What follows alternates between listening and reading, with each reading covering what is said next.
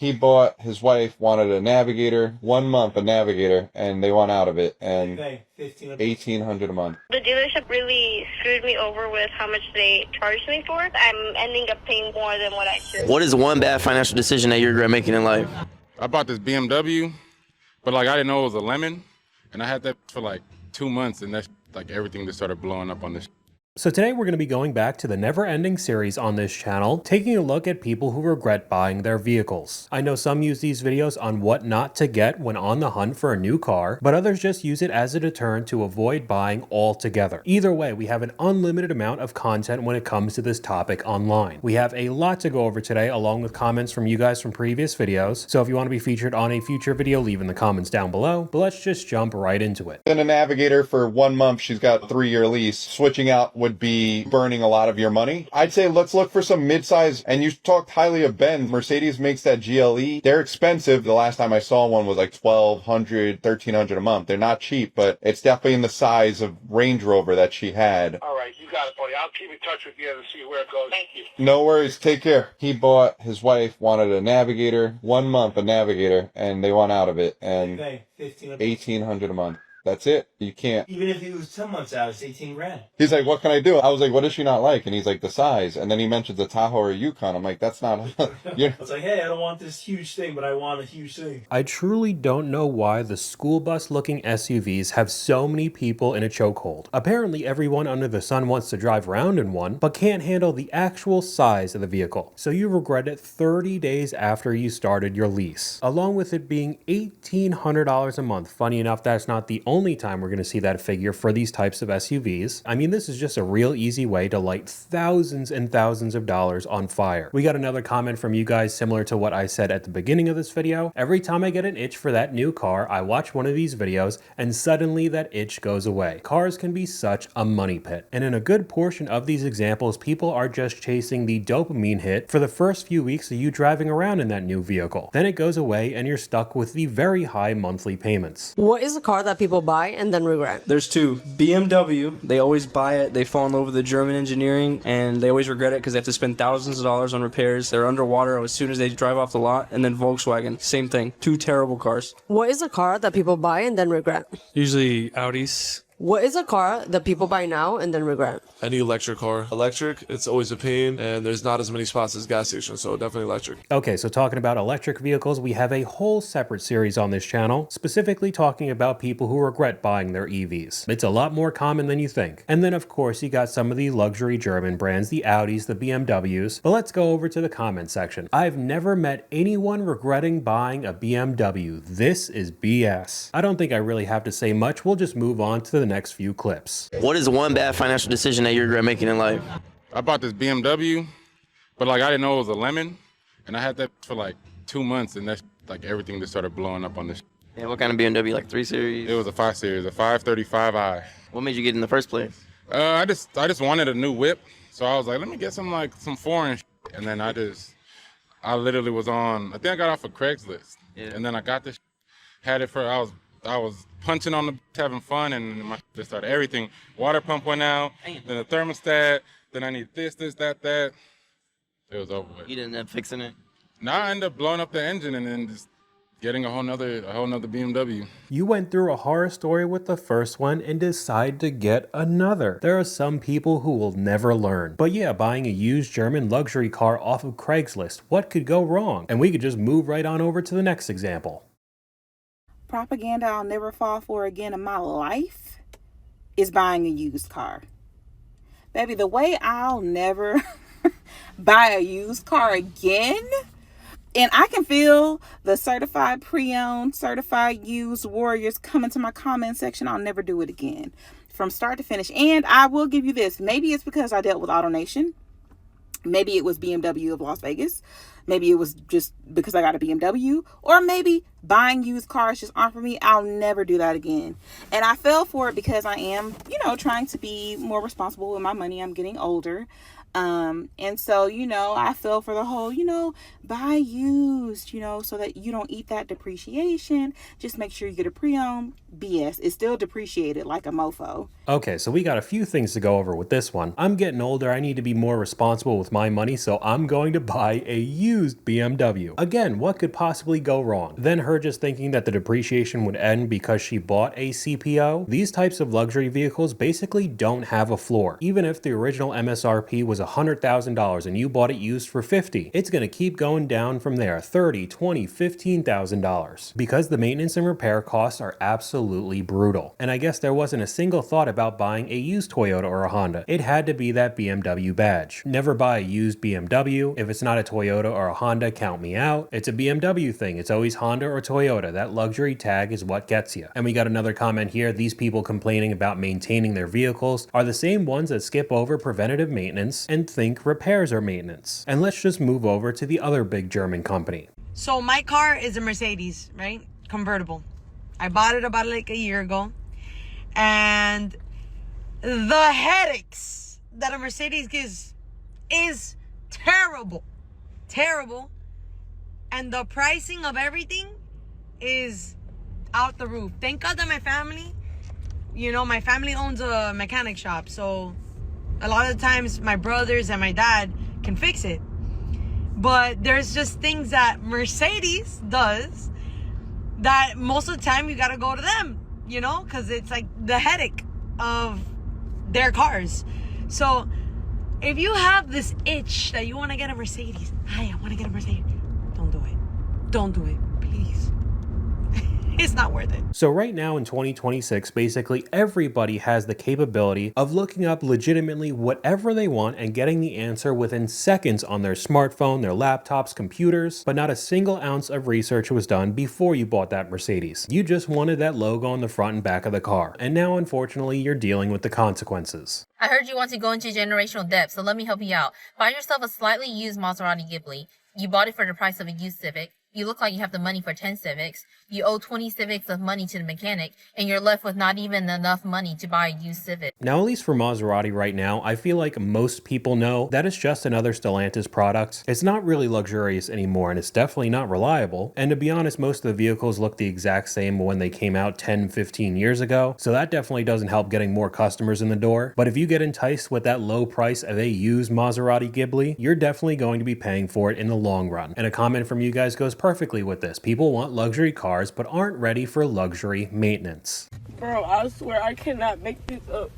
Bro, I just bought the car today, fool. Like, I can't make this up, bro. I cannot win for losing. I don't give what I do. Like, that's crazy. Just from looking at the steering wheel, I could say that this is probably a 10 to 15-year-old Mercedes. Lord, free my people from the shackles of name brands. She bought a name, not a reliable car. A used Benz, now sis. If someone's selling an old Mercedes-Benz, best believe it has problems. I mean, actually taking a look at the wheel and the dash again, it is probably 15 to 20 years old. So yeah, the problems are going to be plentiful and the maintenance bill is not going to be nice. But let's just move on to the inevitable Jeep portion of this video. Listen, don't buy no Jeep Wrangler. This was a mistake. I'm sitting in one right now. I was on my way to take a road trip. Got my whole entire car, my whole entire Jeep packed up, and it starts vibrating and shaking and breaking down on the road. Mind you, I bought it brand new, and it's going crazy on the highway. It's wobbling, and the whole car is shaking. I bought this car. No miles on it. This same thing happened to me 2 months after I bought this car. When I went to go to take it to them, I said, what is going on with my car? It's brand new. I've only had it for 2 months and it's shaking, rattling, and rolling. What's good? When I get to the service department, they're like, what do you mean? What's going on? Explain it to me. So I'm like, it's shaking whenever I go over like a bump or something in the road. And then she's like, yeah, the death wobble. Okay. So if there's a name for it, that already lets me know that this is a common issue. You already knew what the hell I was talking about before I started talking. And 3, why are y'all selling this car to people if you know that something's wrong with it?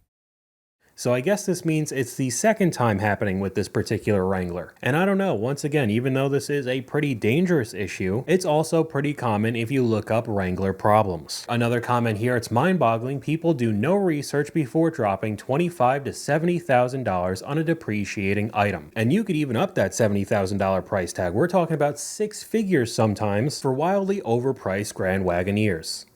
Raise your hand if you bought a brand new 2026 Grand Wagoneer just for a road trip for your family to go on vacation that you planned for months and months for, and your vehicle only had 2,900 miles on it and it broke down in Alabama, and you live in Illinois and it's still there and they have no answers, and you had to get an Uber to an airport where there was no flight, so you got a rental car and you had to drive home, and you got back to Illinois and you had to return your rental car and you had to extend your rental because you still don't have a car. Raise your hand if you didn't Google your purchase before purchasing it. Now, why on earth would your Jeep Wagoneer be your first choice? And the creator responds, because I love them. The loyalty and almost cult-like behavior with manufacturers, especially with vehicles, is insane to me. It's not like you're sponsored or getting paid to drive it around. It's the exact opposite. You're paying them, and in most cases, a ludicrous amount of money. But at least in this situation, she's not driving it around at all because it broke down. We bought this Jeep 6 months ago, and it's been in the shop 8 times. Maybe we should get rid of it and get something else. You're right, I'll look for something else. I found a Jeep Wagoneer that I really like. Again, there are just some people on this planet that'll never learn. And going over to the comment section, shoulda got a Jeep Wrangler 392, best car ever. So let's just take a look at a couple screenshots. The new 2025 Jeep Wrangler Rubicon 392, now almost $84,000. And it actually gets even better with the description. This is a $22,585 discount. You were trying to sell this thing for $105,000? And if you go over to the engagement of this post, it got a whopping 16 likes and 283 comments. What do you think everybody's saying? $83,000 for the least reliable vehicle sold in the US is crazy. $40,000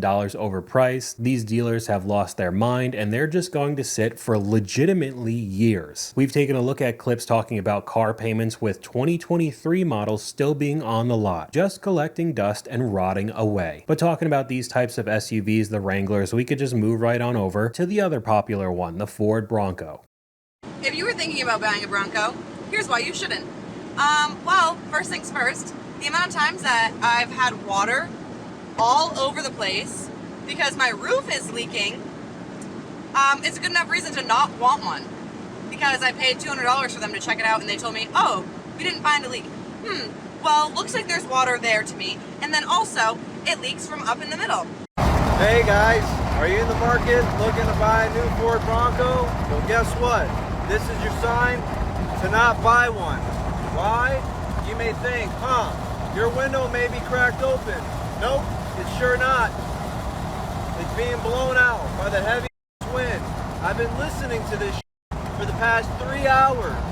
And guess what?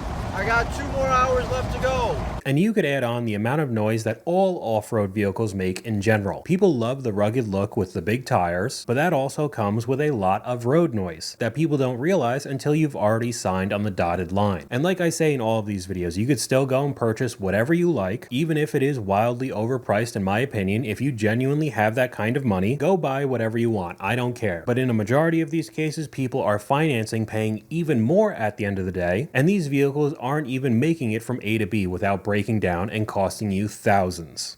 Okay, quick story time because I fear I may be overreacting. So I just left the dealership. I went specifically to a Ford dealership. I'm sitting in my paid off Ford Expedition 2018 to be exact. And let me tell you what just happened. Take a wild guess about how much a brand new 2026 Ford Expedition Platinum Max with the ultimate package would cost for a lease. Okay, I'll let you guess. $1,700. 71700. The same exact price that my 4-bedroom, 3-bath mortgage is, minus a couple $100. What are they thinking? This is extremely similar to the first clip with the Lincoln Navigator, but does that mean she was going into the dealership to trade in her currently paid off Expedition for the exact same thing, just 8 years newer? This is how some people have a monthly car note for the rest of their lives. Do not trade in a paid for vehicle on a lease. I forgot to mention that you're renting it for $1,700, not including insurance as well. People need to stop normalizing car payments like this, because what do you mean a Ford is $1,700 a month? I have excellent credit and they wanted me to pay $900 a month for a Kia, not a Mercedes, a Kia. My payment for a 25 Bronco Raptor was $1,600. Again, at least in my opinion, when you start getting into those vehicles, if you can't pay for the entire thing in cash up front, you shouldn't be buying it. No Expedition, Tahoe, Suburban, Escalade is worth this, but apparently they just keep flying off the shelves. I see them around all the time. What is one bad financial decision that you regret making in life? Financing a vehicle, zero down, just because I could. I walked in that, I said, I want that car. He said, how much you putting down? I said, nothing. And he gave me them keys, and my APR went all the way up through the roof. Bro, what's your APR? Like 20%. Damn, what was that monthly payment looking like? $700. $700? To this day, I've been paying for 3 years. You've been $700 for 3 years on a car? What kind of car was this? This is the Honda. Honda what? Honda Civic Sport Touring. What year? What year? 2017. What'd your parents have to say about that? They just looked at me and was like, damn. Do you regret it? Hell yeah. I could have just got a used vehicle. Could have got a luxury sports car. Well, I could have got a Range Rover. Like, bro, you know what I'm saying? Yeah. So you're paying $700 a month for a 9-year-old Civic, and you're mad because you could have bought a used Range Rover. I mean, just the thought process with some people is unreal. Do you think any of the clips with the BMW or Mercedes maintenance costs were bad? Try doing that with a Range Rover. The dealership really screwed me over with how much they charged me for it. I'm ending up paying more than what I should. I have a Hyundai Sonata 2021. I got it not too long ago. It has 29,000 miles. I just want something newer. How long ago did you get the car? I got it in January. January? Oh, so not even a full year. Mm-mm. Why do you want a newer car? You just got this car? No, I just want it. The dealership I got it from really screwed me over with how much they charged me for it. I'm ending up paying more than what I should for this car. Did you pay cash or did you finance? I financed. Okay. How much did you buy the car for and what was your interest rate and all that? $25,000. All right. And then what's your monthly payment and what's the interest rate on it? My monthly payment is $569 and interest rate is 18. Oof. Okay. What's your credit score right now?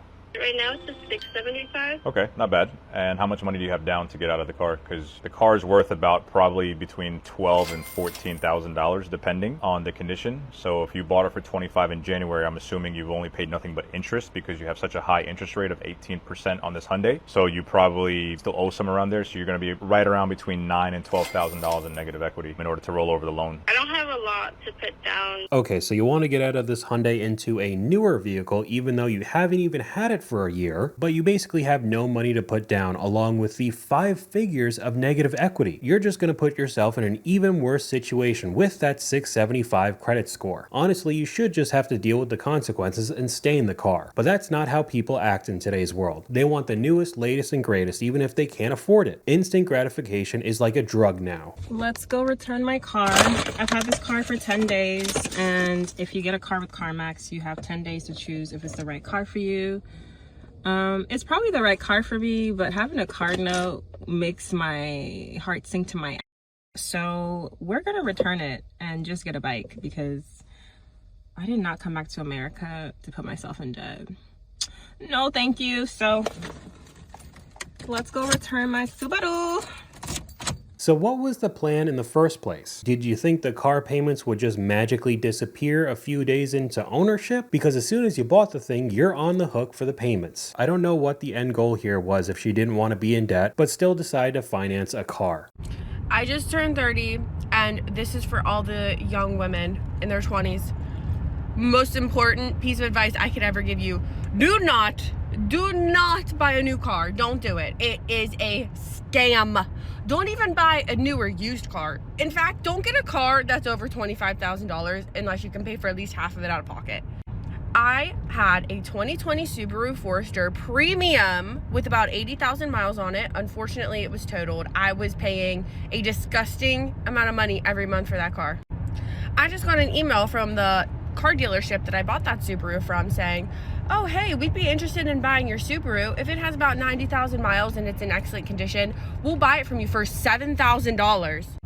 3 years ago, a mere 3 years ago, they sold me that car for $30,000. $30,000, and 3 years later, it's only worth $7,000.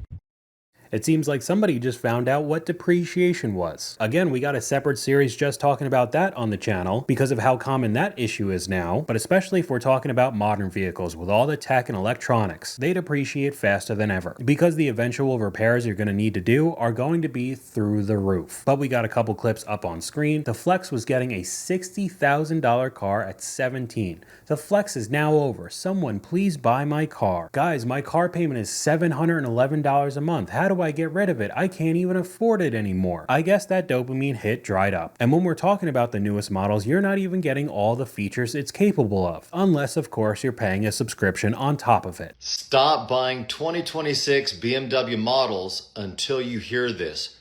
We have officially reached the end of ownership this year, and it's getting weird.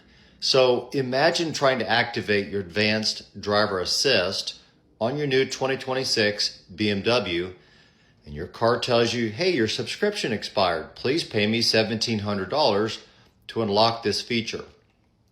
For example, BMW Advanced Driver Assistance System, it costs between $900 for the basic package, all the way up to $2,500 for the Driver Assist Professional package, really depending on the model and the features. And it's not just BMW anymore. In 2026, brands are locking features like remote start, 0-60 speed boost, and even safety features like collision alerts behind a monthly subscription. So let's just go 5-10 years into the future in the secondhand market. Who on earth is going to want to purchase one of these vehicles? The depreciation is going to be absolutely brutal. And we can move on to the next clip with all the problems these new cars are having. I mean, this one only had 200 miles.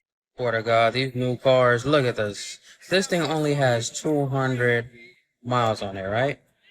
Engine light just came on. And this customer purchased the car like last week. I scanned the vehicle to see, what caused that engine light to come on. No codes. Engine good. But right now, the motor sounds funny. So I'm looking at live data to see if it's, misfiring or anything like that. No misfire. Alright? But we gonna rev it up. Okay, there we go. There's a misfire right there. There is the misfire. Alright. Misfire on cylinder 3. On again, basically a brand new vehicle. But we're going to end off this video with a brand that we don't normally talk about. Of course, me being in the US along with the majority of the viewers, we just take a look at brands that are sold here. But there are problems that are happening with every manufacturer all around the world. Guys, if I could de-influence you on anything, do not buy an MG. Like, honestly, do not. One, my transmission failed, so that cost me $9,000 because my warranty wasn't covered because on one of my services, they didn't write a certain thing on there that was supposed to be done, even though it was done. It was just like in the description, it wasn't fine printed what it was done. And then, what else happened? Oh, and now today my car keeps making this rattling sound, and my driving shaft or something is my bushes is broken, but I need to replace the whole thing, and that's not going to be covered under warranty now because I did my transmission not through MG, even though I had no car for 3 months and everything because they wouldn't cover it. So that's going to cost me another $2,700. So I've spent $40,000 on this car, another $9,000 for my transmission, and now I will have to spend another $2,700 for that. And also my car was leaking, like it was like this much underwater the other day, and then the mechanic just fixed that because in my sunroof is leaking. I couldn't agree more. Luckily, mine was under warranty for everything. Sold it after 10 months to get a Toyota. No issues with this car, lesson learned. Your first mistake was that much for an MG. You could have bought a good Toyota for that price. So that's all I got for you guys today. Let me know what you guys think in the comments down below. YouTube thinks you'll like this video popping up on screen right now, but hopefully you guys enjoyed this video. If you did, please leave a like, and I'll talk to you guys later.